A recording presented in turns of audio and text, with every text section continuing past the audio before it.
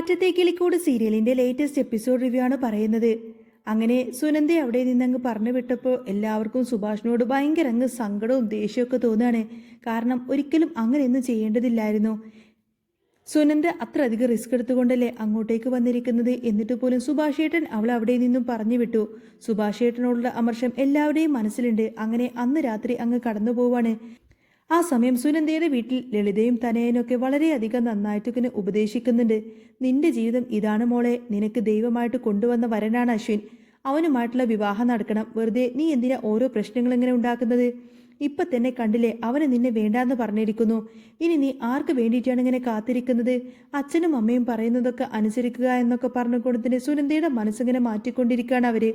സുനന്ദക്കാണെങ്കിൽ വേറെ നിവൃത്തിയൊന്നും ഇല്ലായിരുന്നു. സുഭാഷ് കെട്ടില്ലെന്ന് തന്നെ ഉറപ്പിച്ചു പറഞ്ഞു. ഇനി ഇവർ പറയുന്ന ആളുടെ മുന്നിൽ തല കുനിച്ചു നിൽക്കാനേ അവൾക്ക് കഴിയുമായിരുന്നുള്ളൂ. അങ്ങനെ പിറ്റേ ദിവസം രാവിലെ സുഭാഷ് പതിവ് പോലെ തന്നെ നേരത്തെ തന്നെ എഴുന്നേറ്റ് ജോലിക്ക് പോകാനുള്ള തയ്യാറെടുപ്പുകൾ നടക്കുകയാണ്. വന്ന് ഡ്രസ്സൊക്കെ അയൺ ചെയ്ത് വെക്കുന്ന സമയത്തന്നെ നിധിയും സുധീഷൊക്കെ അങ്ങോട്ടേക്ക് വന്ന് ചോദിക്കുന്നുണ്ട്. സുഭാഷേട്ടൻ അവരൊന്നും മൈൻഡ് പോലും ചെയ്യുന്നില്ല, തൻ്റെ ജോലിയിൽ തന്നെ ശ്രദ്ധിച്ചിരിക്കുകയാണ്. സുധീഷ് വന്ന് ചോദിക്കുന്നുണ്ട്, അല്ല സുഭാഷേട്ടൻ എന്തിനാണ് ഇങ്ങനെയൊക്കെ കാണിക്കുന്നത്? എന്താടാ ഞാൻ ഡ്രസ്സ് അയൺ ചെയ്യുന്നത് നീ കണ്ടില്ലേ എന്ന് സുഭാഷ് തിരിച്ചു ചോദിച്ചു. കണ്ടു, പക്ഷേ സുഭാഷേട്ടൻ്റെ മനസ്സ് ഇവിടെയൊന്നുമല്ല എന്ന് സുധീഷ് പറയാണ്. കാരണം ആ ഒരു കല്യാണ വീട്ടിൽ നിന്നും പാട്ടും ബഹളവും ഒക്കെ ഉച്ചത്തിൽ കേൾക്കുന്നുണ്ട്.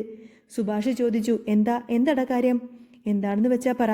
സുഭാഷേട്ടന്റെ മനസ്സിൽ സുനന്ദയല്ലേ, അവളെക്കുറിച്ച് ആലോചിച്ചതുകൊണ്ടല്ലേ ഓരോ കാര്യങ്ങൾ അങ്ങനെ ചെയ്യുന്നത് എന്ന് സുധീഷ് ചോദിച്ചപ്പോൾ, നിന്നോടതൊക്കെ ആര് പറഞ്ഞു? എൻ്റെ മനസ്സിൽ അവളൊന്നുമില്ല എന്ന് സുഭാഷ് ഒഴിഞ്ഞു മാറിക്കൊണ്ട് പറയാണ്.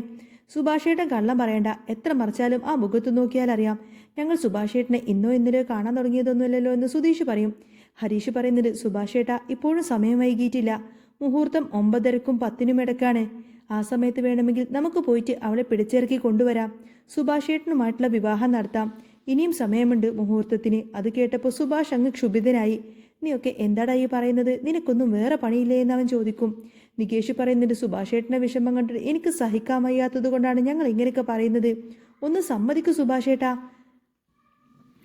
അതൊന്നും ശരിയാവില്ല. അവൾക്ക് വന്ന നല്ലൊരു ആലോചനയാണിത്, നമ്മളായിട്ടത് മുടക്കിക്കൂടാ. അവൾക്ക് കിട്ടുന്ന നല്ലൊരു ജീവിതമല്ലേ, വെറുതെ എന്തിനാ ആ ഒരു പെൺകൊച്ചിൻ്റെ ജീവിതം നശിപ്പിക്കുന്നത്?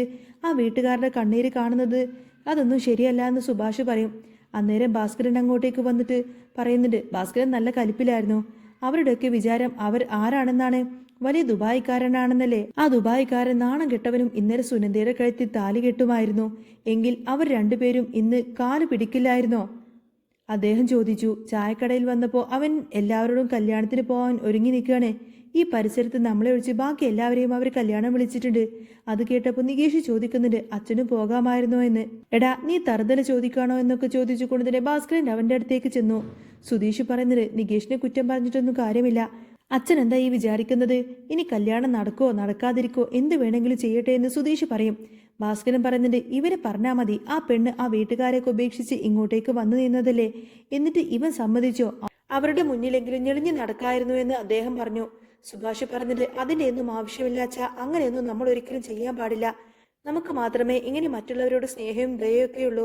അവർക്ക് ഇങ്ങോട്ടേക്കൊന്നും അതില്ല. ഉണ്ടായിരുന്നെങ്കിൽ അവർ ആ പെൺകൊച്ചിന്റെ കല്യാണം വേറെ ഒരാളുമായിട്ട് നടത്തില്ലായിരുന്നു എന്ന് അദ്ദേഹം പറഞ്ഞു. എൻ്റെ പെങ്ങൾ തന്നെയാണ് അവൾ, പക്ഷേ പറഞ്ഞിട്ട് കാര്യമില്ല. അവൾക്ക് അങ്ങനെ ഒരു ഇഷ്ടം ഉണ്ടായിട്ടില്ല എന്ന് ഭാസ്കരൻ പറയും. സുഭാഷ് പോട്ടെ അച്ഛ എന്ന് പറഞ്ഞ് സമാധാനിപ്പിക്കാൻ നോക്കിയെങ്കിലും ഭാസ്കരൻ ദേഷ്യത്തോടെ തന്നെ അകത്തേക്ക് പോയി. ഹരീഷ് വീണ്ടും പറയുന്നുണ്ട്, സുഭാഷേട്ടാ ഒന്ന് സമ്മതിക്ക്, ഇപ്പോഴും സമയം വൈകിയിട്ടില്ല. ഞങ്ങൾ പോയിട്ട് സുനന്ദയെ വിളിച്ചിറക്കി കൊണ്ടുവരാം. സുഭാഷേട്ടൻ റെഡിയായി നിൽക്കാൻ പറയും. അന്നേരം സുഭാഷ് പറയുന്നത്, നിനക്കൊന്നും വേറെ പണിയില്ലേ? എനിക്ക് ജോലിക്ക് പോകണം. ഇന്ന് ജോലിക്ക് പോകണോ എന്ന് നികേഷ് ചോദിച്ചപ്പോൾ, ജോലിക്ക് പോകാതെ വീട്ടിലിരുന്നിട്ട് കാര്യമൊന്നുമില്ലല്ലോ എന്നാണ് സുഭാഷ് പറയുന്നത്. സുഭാഷ് തൻ്റെ പണിസഞ്ചിയൊക്കെ എടുത്ത് നേരെ സൈക്കിളിൽ ജോലിക്ക് പോകാനിറങ്ങി. അത് കണ്ടപ്പോൾ നിധിക്കൊക്കെ ഭയങ്കര വിഷമാവാണ്. സുഭാഷ് എത്രമാത്രം വേദന അനുഭവിക്കുന്നുണ്ട് എന്നൊക്കെ അവർക്കറിയാമായിരുന്നു. സുഭാഷ് സുനന്ദയുടെ വീടിൻ്റെ മുന്നിലൂടെയാണ് പോകുന്നത്. അവിടെ തനയനും ലളിതയും അങ്ങനെ എല്ലാവരും വരുന്ന അതിഥികളെയൊക്കെ സ്വീകരിക്കുന്നുണ്ട്. മണ്ഡപമൊക്കെ നന്നായിട്ട് അലങ്കരിച്ചിരിക്കുന്നു. അതെല്ലാം കണ്ടപ്പോൾ സുഭാഷിൻ്റെ കണ്ണ് നിറഞ്ഞു. ഇന്നത്തോടു കൂടെ തന്നെ സുനന്ദ മറ്റൊരാൾക്ക് സ്വന്തമാവാൻ പോവുകയാണ്. സുഭാഷ് അങ്ങോട്ടേക്ക് നോക്കുമ്പോൾ തനയൻ അവിടെ നിൽക്കുന്നത് കണ്ടു. അയാൾ ഭയങ്കര ഗെറ്റപ്പിലാണ് നിൽക്കുന്നത്. സുഭാഷ് അധികം ശ്രദ്ധിക്കാതെ സങ്കടത്തോടു കൂടി തന്നെ പണിസൈറ്റിലേക്ക് പോയി. അവിടെ ചെന്ന് കുറെ കഴിഞ്ഞപ്പോൾ സുഭാഷ് തൻ്റെ കൂട്ടുകാരോടും സമയം എത്രയായി എന്ന് ചോദിച്ചു. സമയം 10 മണിയായി എന്ന് അവൻ പറഞ്ഞു. ഇപ്പൊ കല്യാണത്തിന്റെ ഒരുക്കങ്ങളൊക്കെ നടന്നിട്ടുണ്ടാവുമല്ലേ? താലികെട്ടിന് മുൻപുള്ള കാര്യങ്ങളൊക്കെ കഴിഞ്ഞു കാണില്ലേ എന്ന് സുഭാഷ് ചിന്തിച്ചു. മുഹൂർത്തം 9:30ക്കും 10:30ക്കും ഇടയിലാണെന്ന് ഏകദേശം കഴിഞ്ഞു കാണുമെന്നൊക്കെ അവൻ്റെ കൂട്ടുകാർ പറയാണ്. സുഭാഷ് സിമന്റ് കുഴക്കുന്നുള്ള പാത്രത്തിലേക്ക് വെള്ളമൊഴിക്കുമ്പോൾ തൻ്റെ ചിന്തയിൽ കുറേയധികം വെള്ളം അങ്ങ് ഒഴിച്ചു കളഞ്ഞു. ഇത് കണ്ട് കൂട്ടുകാരൻ ചോദിക്കുന്നുണ്ട്, സുഭാഷ് ഏട്ടാ എന്തിനാണ് ഇത്രയധികം വെള്ളമൊഴിച്ചത് എന്ന്. സുഭാഷ് പറയുന്നുണ്ട്, അയ്യോ ഞാൻ അറിയാതെ ഒഴിച്ചു പോയതാണ്. നീ വേഗം കുറച്ച് സിമെന്റും മണലും കൂടി അതിലേക്ക് ഇടാൻ പറയും. അവൻ സുഭാഷിനോട് കുറച്ച് റെസ്റ്റ് എടുക്കാൻ പറഞ്ഞുവെങ്കിലും സുഭാഷ് സമ്മതിക്കുന്നില്ല. കട്ട വെക്കുന്ന സമയത്തും അവൻ ഇടയ്ക്കിടയ്ക്ക് ചോദിക്കുന്നുണ്ട്, ഇപ്പോൾ കെട്ട് കഴിഞ്ഞു കാണുമല്ലേ എന്ന്, ഇപ്പോൾ ഫോട്ടോ സെക്ഷൻ ആയിരിക്കുമല്ലേ എന്നൊക്കെ ചോദിക്കും. സുഭാഷിന്റെ മനോവേദന ആ ഒരു കൂട്ടുകാരന് മനസ്സിലായി. അവൻ നിർബന്ധിച്ചുകൊണ്ടതിന് സുഭാഷിനെ വന്ന് ഒരിടത്ത് ഇരുത്തിയിട്ട് ചായ കൊടുത്തു. മനസ്സ് ശരിയായില്ലെങ്കിൽ പണിയെടുക്കണ്ട എന്ന് അവൻ നിർബന്ധിച്ചു. സുഭാഷ് സുനന്ദയെക്കുറിച്ച് തന്നെ ഇങ്ങനെ ചിന്തിക്കായിരുന്നു. എന്നെ വിട്ടുകൊടുക്കരുത്, സുഭാഷ് ഏട്ടനല്ലാതെ വേറെ ആരും എൻ്റെ ജീവിതത്തിലില്ല എന്നൊക്കെ അവൾ പറഞ്ഞിങ്ങനെ കരയുന്നതെല്ലാം തന്നെ സുഭാഷിന്റെ മനസ്സിലേക്ക് വന്നിട്ട് അതെല്ലാം ഓർത്ത് സുഭാഷിന്റെ കണ്ണ് നിറയുന്നുണ്ടായിരുന്നു. താനായിട്ട് ഇങ്ങനെയൊരു തീരുമാനമെടുത്തതാണ്. അവളെ കുറ്റപ്പെടുത്താനൊന്നും പറ്റില്ല. തനിക്ക് വേണ്ടി ഓടി വന്നവളെ താൻ തന്നെ വലിച്ചെറിഞ്ഞു കളഞ്ഞു. അവളുടെ വീട്ടുകാരെന്തെങ്കിലും കടുക ചെയ്യുമോ എന്ന പേടി കൊണ്ടാണ് താൻ അങ്ങനെയൊക്കെ ചെയ്തത്. കുറച്ചു കഴിഞ്ഞപ്പോൾ ഹരീഷ് അങ്ങോട്ടേക്ക് വന്നു. സുഭാഷിന്റെ കൂട്ടുകാരൻ ഹരീഷിനോട് പറയുന്നുണ്ട്, സുഭാഷ് ഏട്ടൻ അവിടെ ഇരിക്കുന്നുണ്ട് എന്ന്. ജോലി ചെയ്യുന്നതിനിടയിൽ തന്നെ 50ഓളം തവണയെങ്കിലും സുനന്ദയെക്കുറിച്ച് ചോദിച്ചു കാണും. കെട്ടുകഴിഞ്ഞോ ഫോട്ടോ എടുക്കാണോ എന്നൊക്കെ. ഹരീഷ് സുഭാഷിന്റെ അടുത്തേക്ക് വന്ന് ചോദിക്കുന്നു, എന്താ സുഭാഷ് ഏട്ടാ? സുഭാഷ് ഒന്നും പറ്റിയിട്ടില്ലെന്ന് പറഞ്ഞു. സുഭാഷ് ഏട്ടന്റെ വിഷമമൊക്കെ എനിക്കറിയാം, സുനന്ദയോർത്തിട്ടൊന്നും വിഷമിക്കണ്ട എന്ന് പറയും. നികേഷും അങ്ങോട്ടേക്ക് എത്തി. സുഭാഷ് ഏട്ടന്റെ മുഖം എന്താ ഇങ്ങനെയെന്ന് അവൻ ചോദിച്ചു. എനിക്കൊന്നും പറ്റിയിട്ടില്ലടാ എന്ന് സുഭാഷ് പറഞ്ഞുവെങ്കിലും അവർക്കൊന്നും തന്നെ അത് വിശ്വസിക്കാനായില്ല. സുഭാഷ് അവരോട് തിരികെ പോവാൻ പറഞ്ഞു.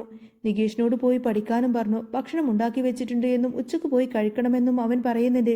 സുഭാഷ് ഏട്ടൻ തന്റെ വിഷമം ഉള്ളിലൊതുക്കിക്കൊണ്ട് തന്നെ മറ്റുള്ളവരുടെ മുന്നിൽ അഭിനയിക്കുകയാണെന്ന് നികേഷിന് മനസ്സിലായി. സുഭാഷ് അവരെ രണ്ടുപേരെയും അവിടെ നിന്നും പറഞ്ഞു വിട്ടു.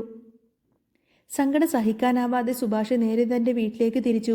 വീട്ടിലേക്ക് പോകുന്ന വഴിയിൽ സുഭാഷ് ആ ഒരു കാഴ്ച കണ്ടു. സുനന്ദ തന്റെ ഭർത്താവിനോടൊപ്പം തന്നെ കാറിൽ വന്നിറങ്ങുന്നു. അത് കണ്ട് സുഭാഷിന്റെ നെഞ്ചങ്ങ് പൊട്ടുന്നത് പോലുള്ള വേദനയായിരിക്കും. സ്നേഹിച്ച പെണ്ണ് മറ്റൊരാളുമായിട്ട് ആ ഒരു വീട്ടിലേക്ക് വന്ന ആ ഒരു കാഴ്ച അതവന് താങ്ങാനും പറ്റുന്നതിലും അപ്പുറമായിരുന്നു.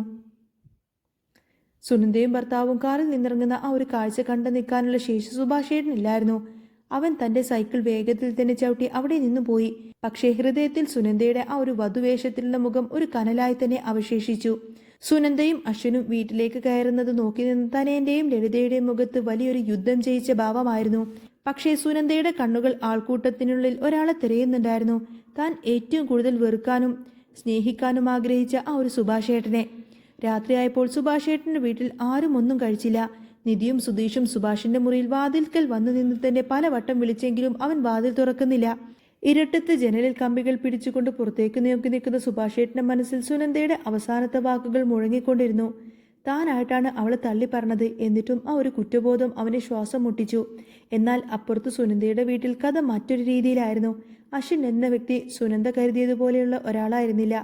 വിവാഹം കഴിഞ്ഞ ഉടനെ തന്നെ അവന്റെ യഥാർത്ഥ സ്വഭാവം പുറത്തു വന്നു. തനയൻ കൊടുത്ത സ്ത്രീധനത്തിന്റെ കുറവിനെ ചൊല്ലി അവൻ സുനന്ദയെ പരിഹസിക്കാനും കുറ്റപ്പെടുത്താനൊക്കെ തുടങ്ങി. അടുത്ത ദിവസം രാവിലെ സുഭാഷ് ജോലിക്ക് പോവാനായി ഇറങ്ങുമ്പോൾ തനയന്റെ വീടിന് മുന്നിൽ വലിയൊരു ബഹളം കണ്ടു. സുനന്ദ കരഞ്ഞുകൊണ്ട് പുറത്തേക്ക് ഓടി വന്നു. പിന്നാലെ അശ്വിനും. അശ്വിൻ അവളെ പിടിച്ചു തള്ളുന്നത് കണ്ടപ്പോൾ സുഭാഷിന് പിന്നെ അടങ്ങിയിരിക്കാനൊന്നും കഴിഞ്ഞില്ല. അവൻ സൈക്കിൾ അവിടെ ഉപേക്ഷിച്ചുകൊണ്ട് മുറ്റത്തേക്ക് അങ്ങ് ഓടിക്കയറി. തനയനും ലളിതയും ഇതൊക്കെ കണ്ട് എന്ത് ചെയ്യണമെന്നറിയാതെ നിൽക്കുമായിരുന്നു. സുഭാഷ് അശ്വിന്റെ കൈക്കങ്ങ് കയറി പിടിച്ചു. ഇന്നലെ വരെ ഇവൾ എന്റേതായിരുന്നു.